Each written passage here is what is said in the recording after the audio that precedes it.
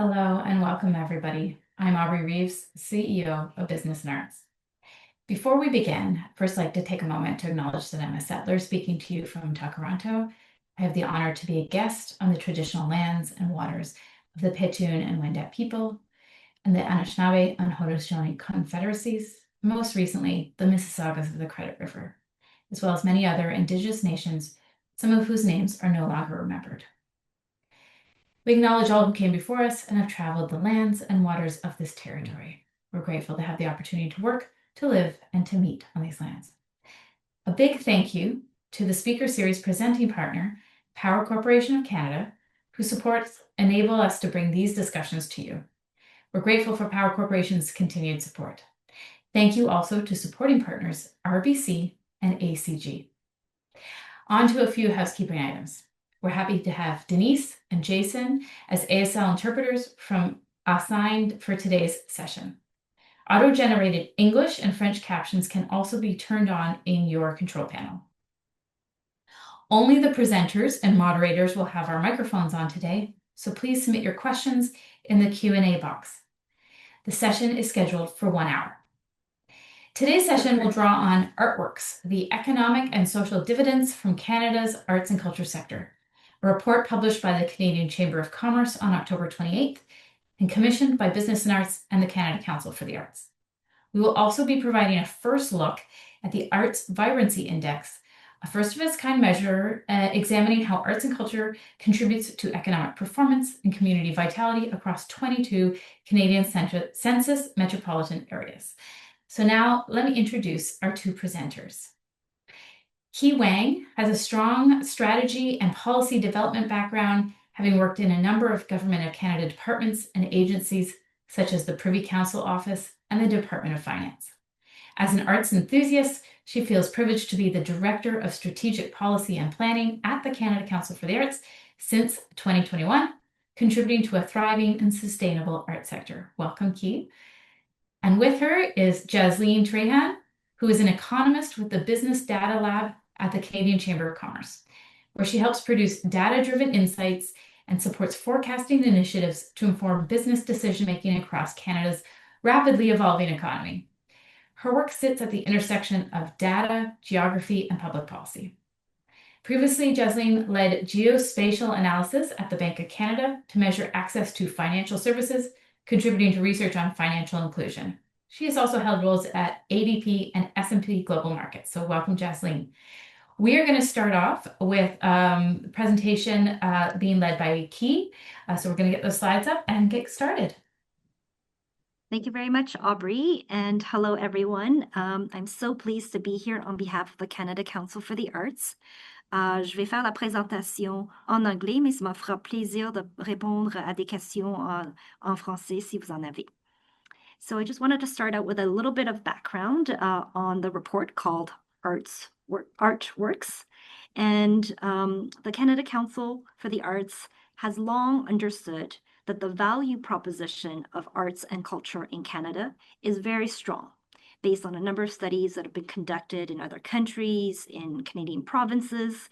We know that the arts are not just nice to haves, they are also a powerful economic engine. That being said, until recently, we didn't have a comprehensive national level study that analyzed the economic benefits and impacts of the arts in Canada. So to help fill this gap, the Canada Council was very pleased to partner with business and arts to co-commission Artworks, a report developed by the Business Data Lab at the Canadian Chamber of Commerce. And since the release of this report about 3 months ago, its key findings have been gaining traction. We're so pleased to see that the art sector is using them to demonstrate why both the government and the private sector should invest in the arts. And the economic returns highlighted in the reports are being picked up by elected officials and decision makers. So in the next few slides, I'll take you through the highlights of the report. So next slide, please. Oh, the one after. Thank you. Yeah, so I'm really happy to start with this really exciting slide, which shows the strong return on investment of the arts and culture sector. So here you can see on the left-hand side that the arts, entertainment, and recreation column, which is in purple, shows that our sector generates 15 jobs for every $1 million in output, far surpassing many of the major industries in our economy. And then on the right-hand side, when it comes to GDP, gross domestic product, the arts, entertainment, and recreation sector also does quite well, generating $1.06 in GDP per dollar in output. And this is slightly above all industries and notably ahead of oil and gas, agriculture, and manufacturing. Next slide, please. Yeah, this is also a really exciting slide. Gosh, we're talking about all the great things in this report. So I'm really excited about this slide because it shows the total economic impact of the arts and culture sector. And that's like for the first time, we've been able to capture the economic impact that is direct, but as well as indirect and induced from the arts and culture sector. So just break that down a little bit. So the direct impact is money spent directly by arts organizations and artists to produce their works. For example, a theater company that pays salaries to its staff and artists, maybe rents their venue, purchases costumes, and then indirect, that's economic activity generated by other industries because arts organizations and artists buy goods and services from them. So think about the supply chain. So in the case of that same theater company, if it's to mount a new production that requires building a set, it contracts a company to build that set, and that company may be purchasing materials or subcontracting carpenters. So all of these expenditures ripple out into sectors such as manufacturing, construction, skills trade, which result in the indirect economic benefits. And then lastly, but not least, induced. So that's the broader consumer spending supported by wages paid by the arts and its suppliers. So for example, the artists, the arts workers or arts administrators who work in that theater company, as well as the suppliers, they're using their wages on housing, childcare, eating out, and spending in their communities. So that's the induced economic impact. So yes, so now we see on the slide the total economic impact of the arts and cultural sector, and we see that the sector has some 670,000 direct jobs, but when you add the indirect and induced, that supports over 1.1 million jobs. And then when it comes to GDP, the arts and culture sector have a direct GDP of over 65 billion. And when we add the indirect and induced economic impacts, economists calculated an impact of almost $131 billion. And also for the first time through this report, we were able to estimate the federal and provincial tax revenue from the arts and cultural sector, and that amounts to $17 billion in 2024. And of that 17 billion, 9 billion of that goes to the federal government in tax revenues. Next slide, please. Right, so this is a picture across the country, and you could see, I mean, naturally, given the population density and also the concentration of artists in Ontario, Quebec, and BC, we see that these three provinces have the highest concentration of economic impact. Next slide, please. So this one is about trade. Canadian international trade in cultural goods and services reached an all-time high in 2022. So that's the last year for which we have data, with 25 billion sold to foreign customers. Cultural exports have doubled since 2011. And as you can see at the bottom right of the slide, cultural service exports are growing at a faster rate than other types of service exports. But despite all this growth, I should note that Canadians are large consumers of international cultural products, so we are actually at a trade deficit. But there is growth and opportunities here. especially tied to the federal government's focus on expanding non-US exports.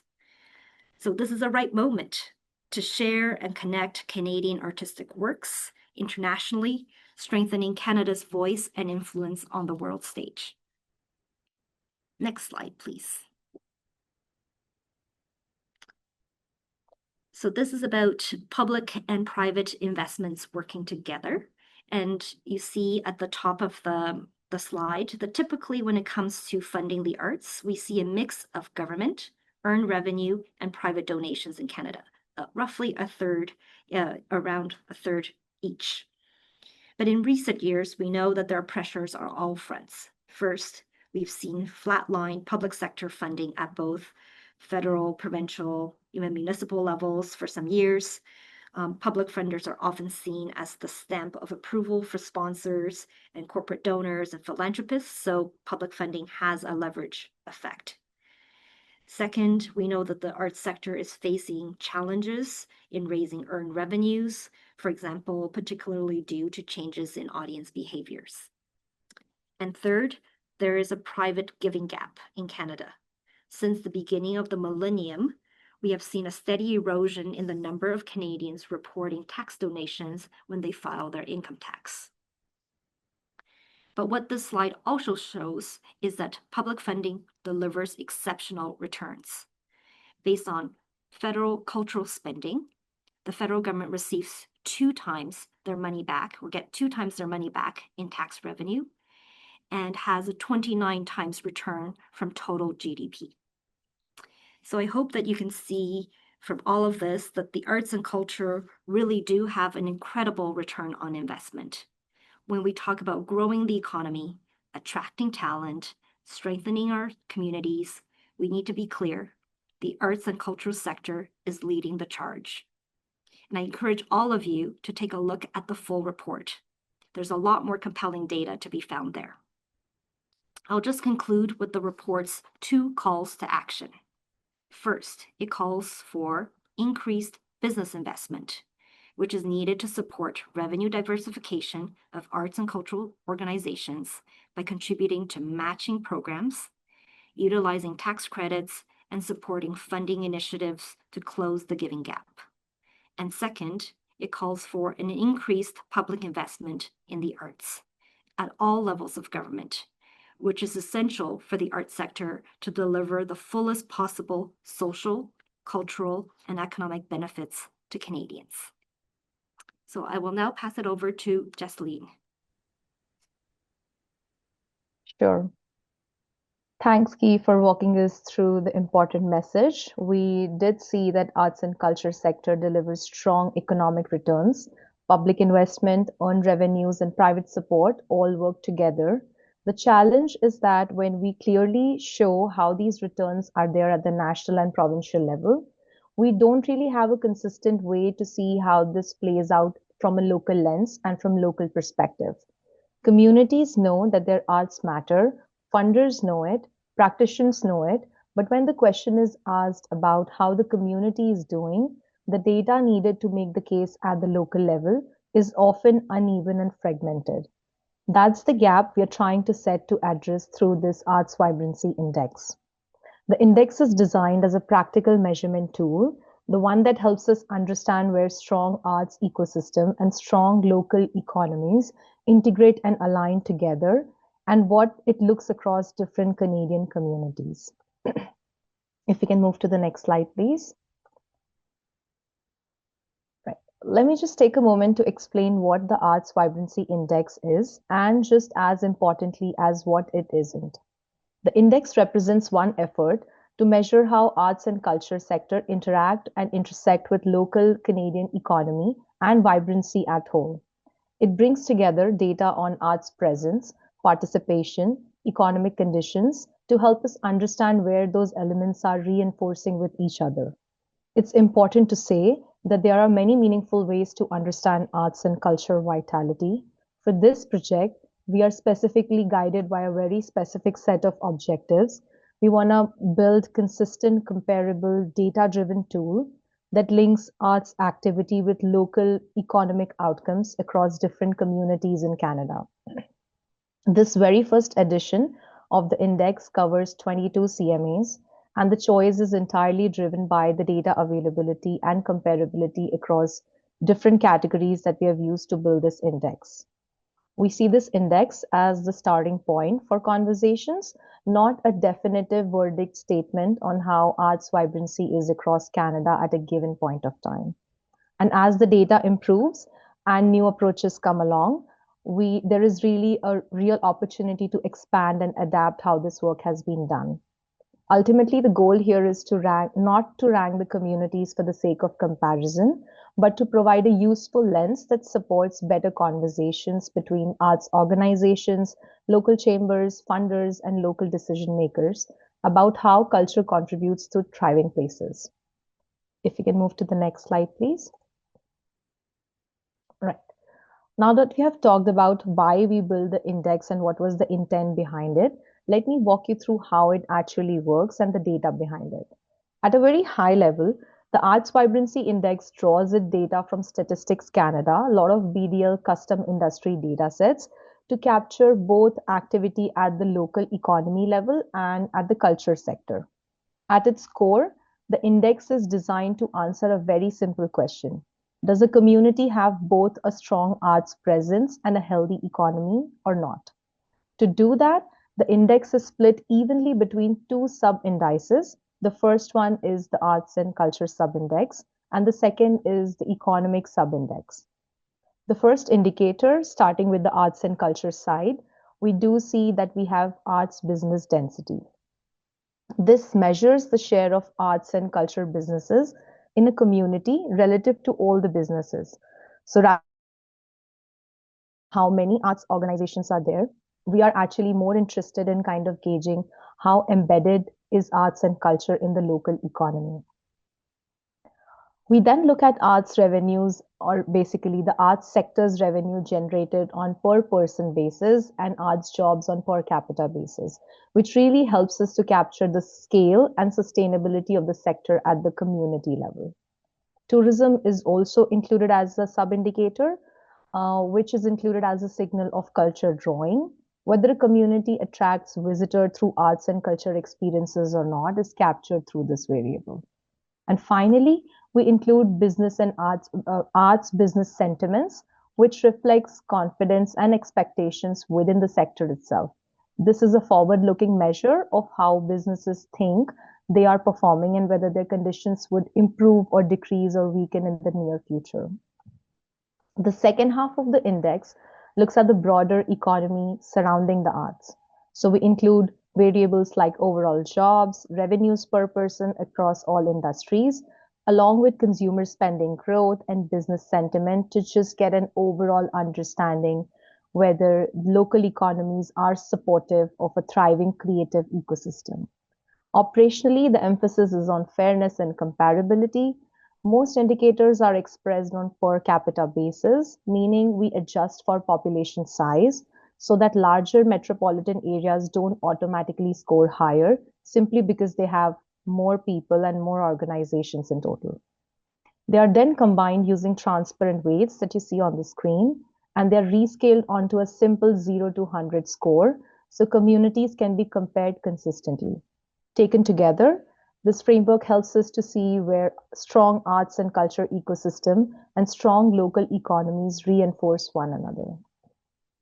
Next slide, please. So now let's take a look at the results of the Arts Vibrancy Index. And before we dive into specific rankings, I do want to spend some time on how do we read and digest this slide. The index scores communities on relative scale.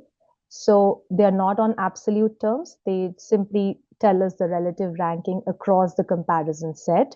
The highest scoring CMAs is set to 100 and the lowest scoring CMAs are set to 0.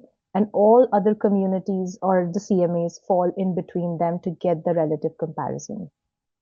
So these scores, a higher score does not mean a community has arrived, and a lower score does not really mean that community lacks arts and culture.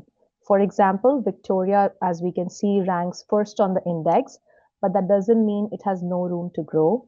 It simply means that across all the indicators that we measured, arts activity and local economic conditions are currently more aligned there as compared to rest of the CMAs in the comparison set.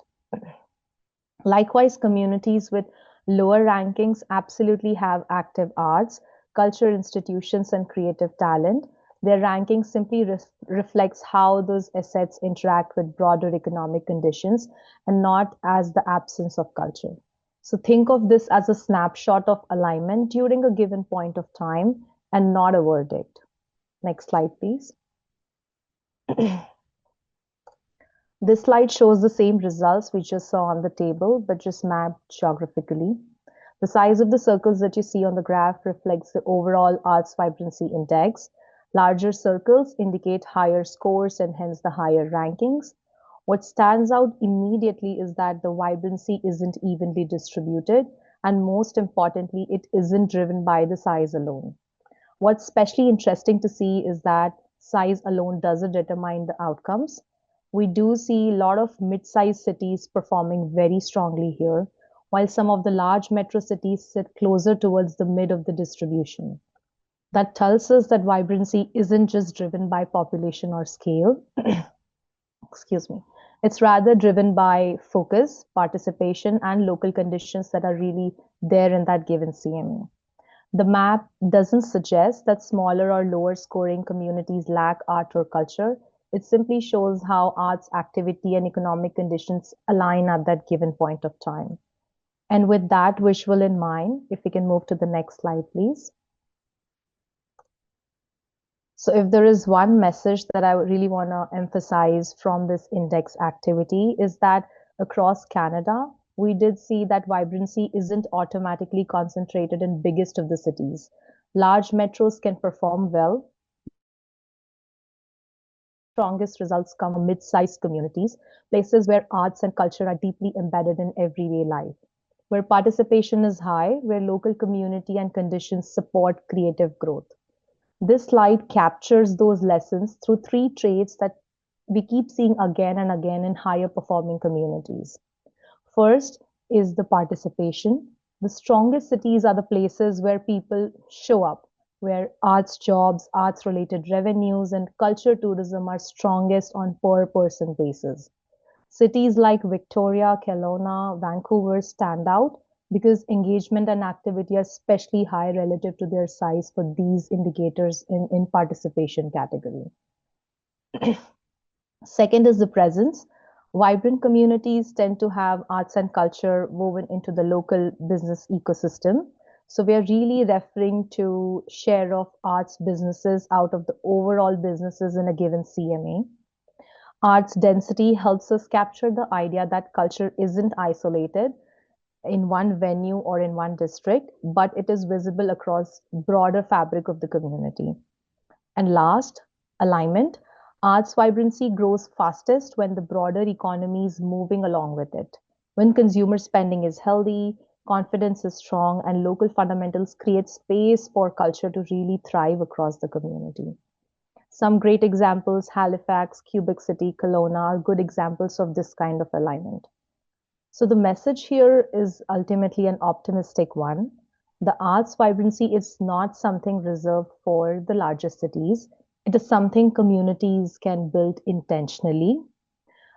These three pillars offer a very practical roadmap for action, like strengthening partnership, participation, presence, local arts presence, and building the conditions where culture can really thrive. And that's where partnerships between arts organization, funders, chambers, and local community leaders can make the biggest of the difference. With this mindset and keynote, I will pass it back to Aubrey. Thank you. Thank you, Jasleen and Key, for that presentation. So, as we all know, arts organizations and arts champions really do need data to support funding asks and policy conversations. So this really leads us to the question, how can we take these findings from the Artworks report and the Arts Vibrancy Index and use it in advocacy, planning, and stakeholder engagement? Well, as Key referred to at the beginning, we are already seeing it happen a lot across the country. Since we released the Arts report at the end of October, we've seen it being used in really compelling and concrete ways. The report was picked up in dozens of media outlets in the lead up to the fall federal budget. Not only was the media talking to us, Business and Arts, and to the Canadian Chamber of Commerce for comment, but they were also connecting with a lot of local arts organizations to get their on-the-ground perspective.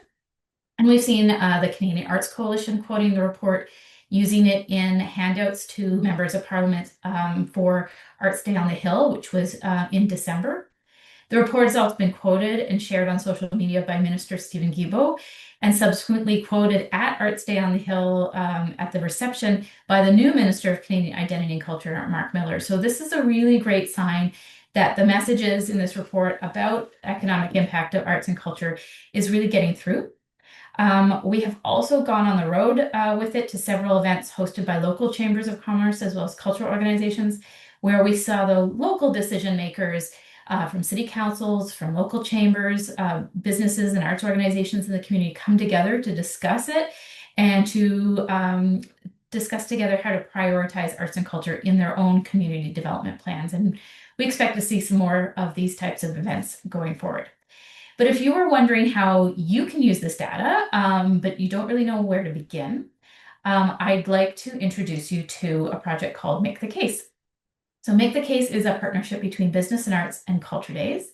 It's a project that is still in development that aims to assist individuals and organizations to literally make the case for increased support of arts and culture to decision makers and investors. Essentially, it is a tool to help make advocacy easier for you and for busy people. We all know arts workers are very busy and that advocacy can sometimes feel kind of hard.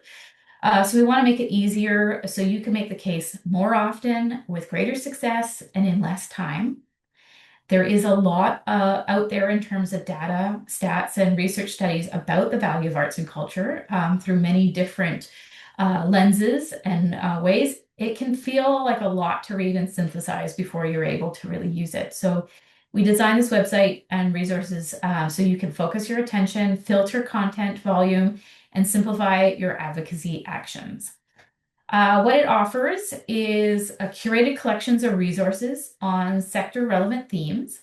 Right now, we've started with 2 theme areas, not surprisingly, economic impact, and the second is arts and health, but we are continuing to expand those themes.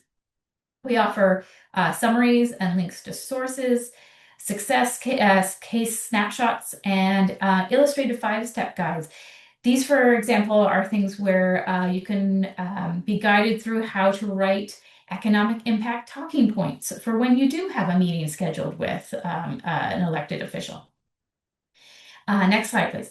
And the Make the Case team has really filtered through a ton of material, so you don't have to. They've gone through 70 partner studies, reports, and articles, over 600 research collection items, 190 case bank items, fact sheets, and almost 130 organizations are represented in the examples and snapshots.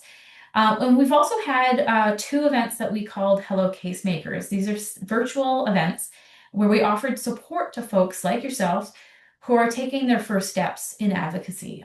Sometimes it really helps to get together with others when you don't know how or where to start. So these, for example, in these events, we've helped guide folks to write a letter introducing their arts organization to their local MP. We've heard from participants who didn't have any prior contact with their local MP, but they went to the event, they wrote an introductory letter that led to an in-person meeting. They then had productive conversations about how that MP can support their organization and the local arts community. And hopefully down the road, that will lead to more funding and resources. So ultimately, Make the Case is a tool to help you move from just reading data in the Artworks report or other places to analyzing it in a way that is useful, and then moving into action so that you can use it to make your case locally, regionally, or federally for greater investment. So I encourage everyone to check it out. So that is it for our slides. We're going to move into our discussion. So I will, yes, great. Now I can see Key and Jasleen. I'm going to start with a question for you, Key. As we saw, the Artworks report shows that arts and culture contributes $65 billion in direct GDP. in 2024. Yet the Canada Council also tracks the impacts of the arts in a lot of different ways beyond the economics. What are some other lenses through which we should also be thinking of the arts as a contributor to Canadian society? Thanks for that great question, Aubrey. So yes, the Canada Council for the Arts believes that the arts make Canada strong in so many ways. We've already touched on very much the contributions to the economy. So I'll just take a few minutes to talk through two other aspects that we are very much following and doing analysis on, including with the arts community. One of them is unity. And we know that on unity, the arts build stronger communities and belonging.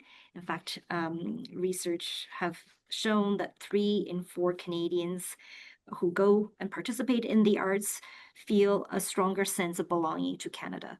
And maybe that's not surprising, and perhaps in recent months, that sentiment has gone up even further with, the elbows up moment that we're in, with Canadians interested in learning more and also supporting more Canadian artists, Canadian arts, participating in artistic and cultural experiences in their communities, which in turn makes them feel proud and gives them a sense of identity and a sense of shared values of inclusion, of respect, of democracy that the arts carries forward so well and expresses so well.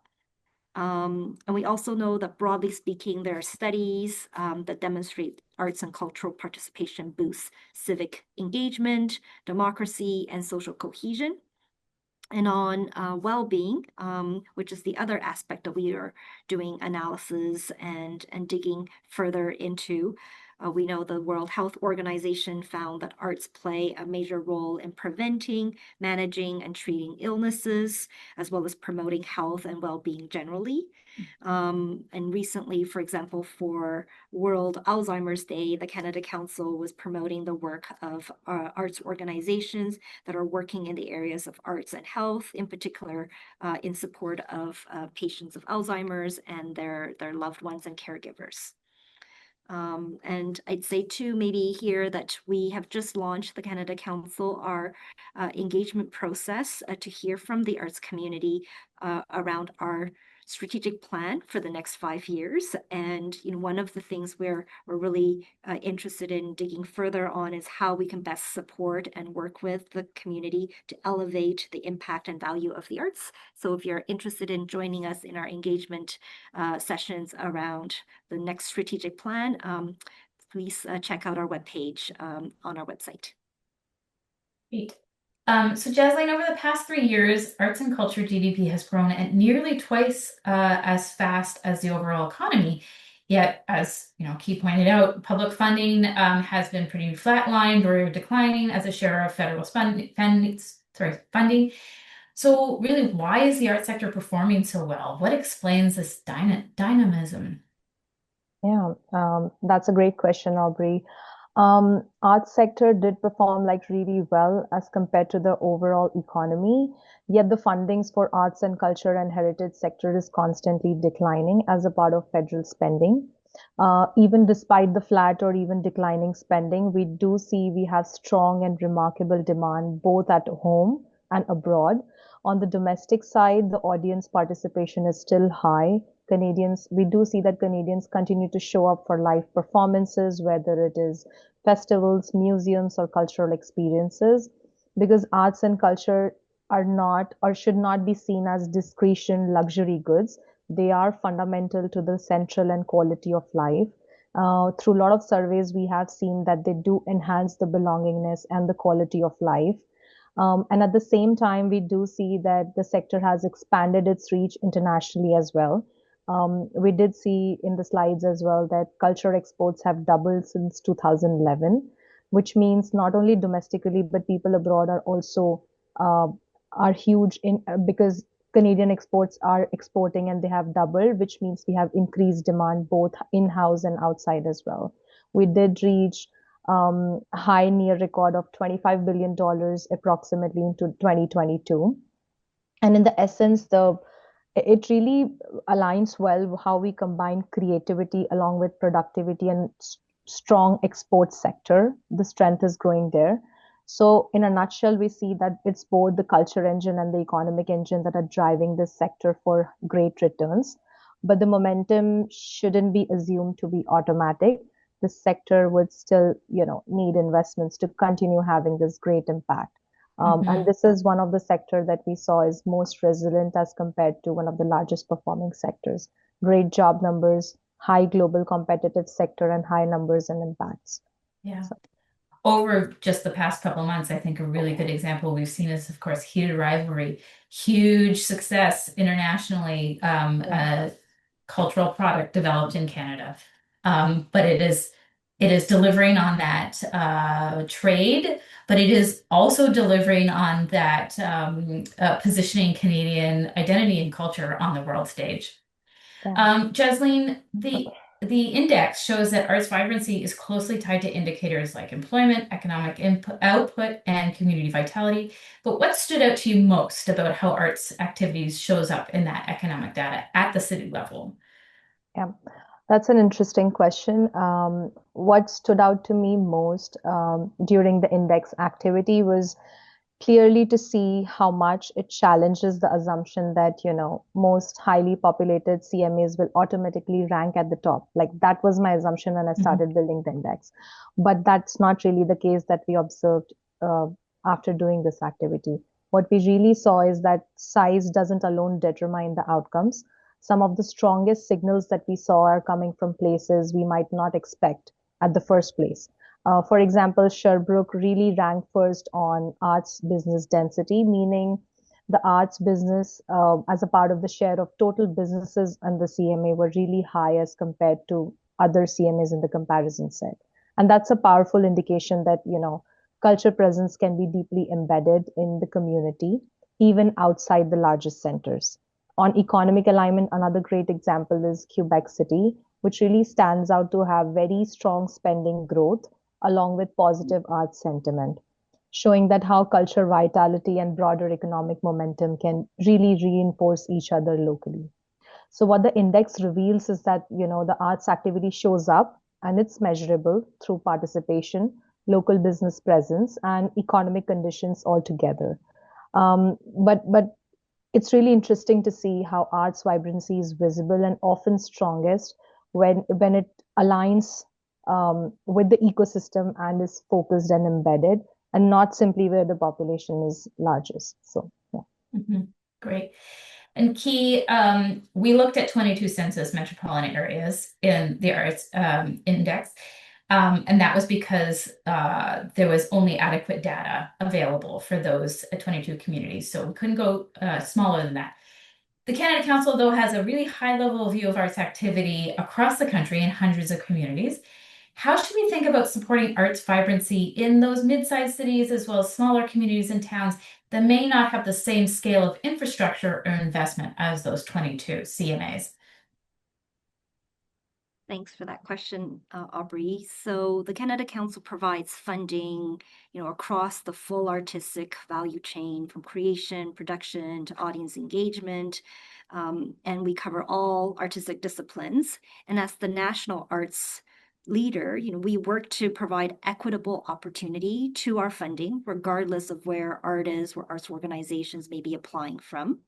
And I think in response to your question, the Canada Council is supporting a community, artists and arts organizations in communities across the country. In fact, we supported just last year, 24-25, over 21, provided funding to more than 2,100 communities, urban, rural, suburban, remote. So we are, working hard to ensure that our support covers communities of all sizes from coast to coast to coast. Mhm. And Jasleen, um, just lost my place here for a second. Actually, I've got a question for you. Key, how can arts organizations or communities use this index as a benchmarking tool without it being a competition between regions? That's a great question. And it had me thinking that, I hope everyone can move away from a scarcity mindset. I think when we are in this frame of haves and have-nots, that the whole arts sector loses when we're in that mindset, and that we support each other. And in fact, we've seen the arts community come together in ways that we haven't often seen of speaking with one voice, working together to make the case so strongly for investing in the arts, whether from public or private sources, and to do so with effect and impact over the last many months. So we hope that the reports that we're presenting today will only enrich the body of knowledge and the evidence to speak strongly and powerfully, and to continue in that vein. And I think those, as Jasleen mentioned, the index shows it's not just the size that matters. And I think for those community CMAs that find themselves at the top of the index, vibrancy index, they use it obviously to show that there's a good reason to invest in arts in the community. But for those who may be not as high in that index, it also shows that there's a correlation that's possible, that's seen in other communities, and to use that. So I think everyone, looking at that index, could use it to advance their arguments and to make a strong advocacy case. And I think it was also clear that you could see some communities might be strong in one area of the index, but might need to do some investment and work on another area. Precisely. Excellent point. Jasleen and Key, to wrap things up before we go to the Q&A, if decision makers, whether in government, business, or philanthropy, take away just one message from this research, what would you want it to be? Maybe we'll start with you, Jasleen. That's a great question. If there is really one message that I really want to leave behind is that we should start treating arts and culture not as a luxury good, but as a fundamental asset to our well-being and the core community and the economic infrastructure. This research clearly shows that investment in arts delivers real return. It supports jobs, it has growth, it has tourism, export numbers, all working well, while also strengthening belongingness, purpose, and local vitality. The communities that really thrive most are those who treat culture as their foundational asset and not a luxury good. So intentional support is the key to building what we see vibrancy across different CMAs in Canada. Yeah. Thanks. Okay, any final thoughts? Yeah, I think very much echoing what Jasleen said, but like in my own words, I think what all of this shows is that public and private investment, funding for the arts, is really an investment. And that investment has tremendous return. We saw it today, whether it's in strong economic return, social, cultural returns. And I also think that, really the arts is helping us meet the moment, this moment. And we need to speak loudly and proudly, really, of all and how the arts are essential to our present and to our future. Beautifully put. Okay, we're going to go to questions from the audience. We have quite a few. We're not going to be able to get through all of them.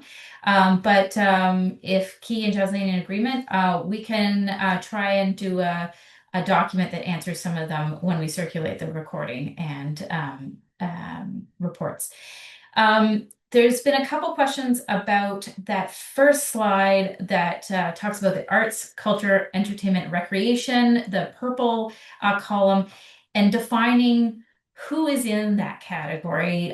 Specifically, does sports recreation fall into that?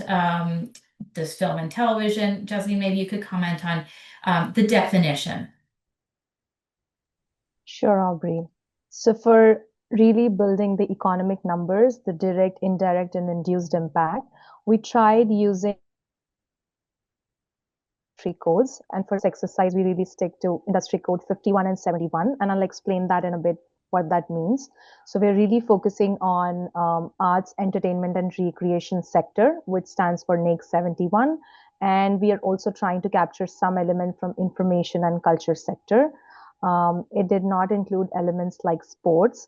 So we're only focusing on arts, culture, information, and culture sector for building the numbers of direct, indirect, and induced impact.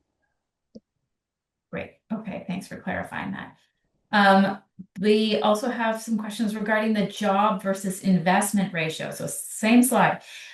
Could it be because of the traditionally low salaries in arts and culture? Therefore, $1 million can go a little further. This person is speculating. Keith? Yeah, I think that number perhaps does mask, that, the arts and cultural, we don't have very high paying jobs. I think it also shows that despite that a number of Canadians, many more Canadians perhaps than, we would normally think, are dependent on the arts in order to make a living. And I also think it's a message too that we need to continue to champion financial security, career sustainability, and adequate and appropriate remuneration for artists, arts workers, collaborators, all those who work in our sector. Mm-hmm. Yeah, when we first put out the report, a lot of the media were asking me, like I asked you, Jasleen, how is it that the arts keep performing so well? And, I think it's because artists and cultural organizations are creative and resourceful and can really stretch that dollar, but, we can't do it infinitely. So that's why we have a case for continued and further investment. Few other kind of methodology questions. Does the Arts Vibrancy Index take into consideration cost of living in the city? And also, what is the definition of a city? Does it include the whole metropolitan area? So what, for instance, when we're talking about Vancouver, is it Greater Vancouver or just Vancouver itself? I can take that question. So when we were trying to build the index, the main intent for building this was to really capture the arts activity and how it aligns together with the economic sentiments. So like really thriving together. The question really about the methodology perspective, we are really trying to gauge different to capture something on presence. We are also trying to capture something on the sector growth, which is very well generated by arts and culture revenue sector and the jobs on per capita basis. And at the same time, we are also trying to add something on the participation, like tourism and all of those things. And lastly, we are also trying to capture something called business sentiment. So like Aubrey, you said, we do see a lot of international and domestic demand growing in this sector. It is because the consumer sentiment and the consumer expectations have been quite resilient.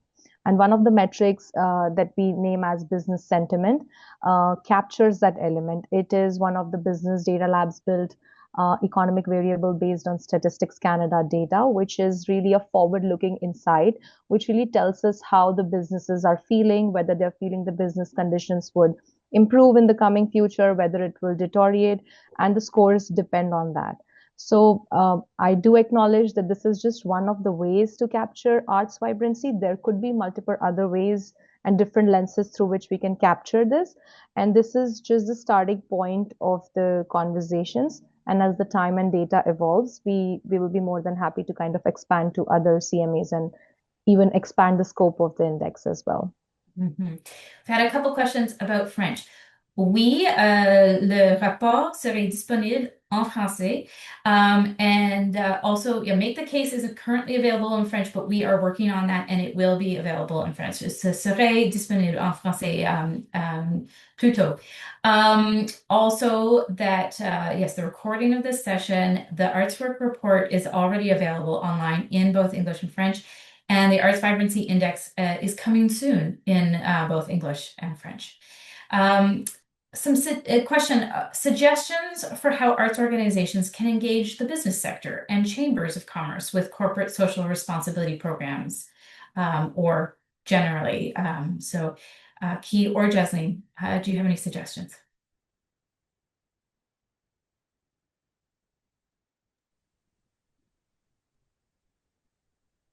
Thinking. Well, I would start off with saying, local chambers are quite interested in engaging in arts and culture. They are essentially there to work with local businesses, and arts organizations are a local business. They may be not for profit, but they are a local business. So, you can join those chambers, meet with staff and discuss your priorities and your concerns about arts and culture in the local community. Attend events and meet and mingle with other business leaders and really make those connections. But Key, do you have any other further suggestions? I think those are great suggestions. I mean, I think for additional people in the business world that I've been I've come into contact with. I mean, many are interested once we start talking about the arts and how they can further get involved. So they could be on participate as board members for arts organizations, bring skills and experience to arts organizations. I think that's another obvious way where there's a connection between business leaders and arts organizations and building capacity.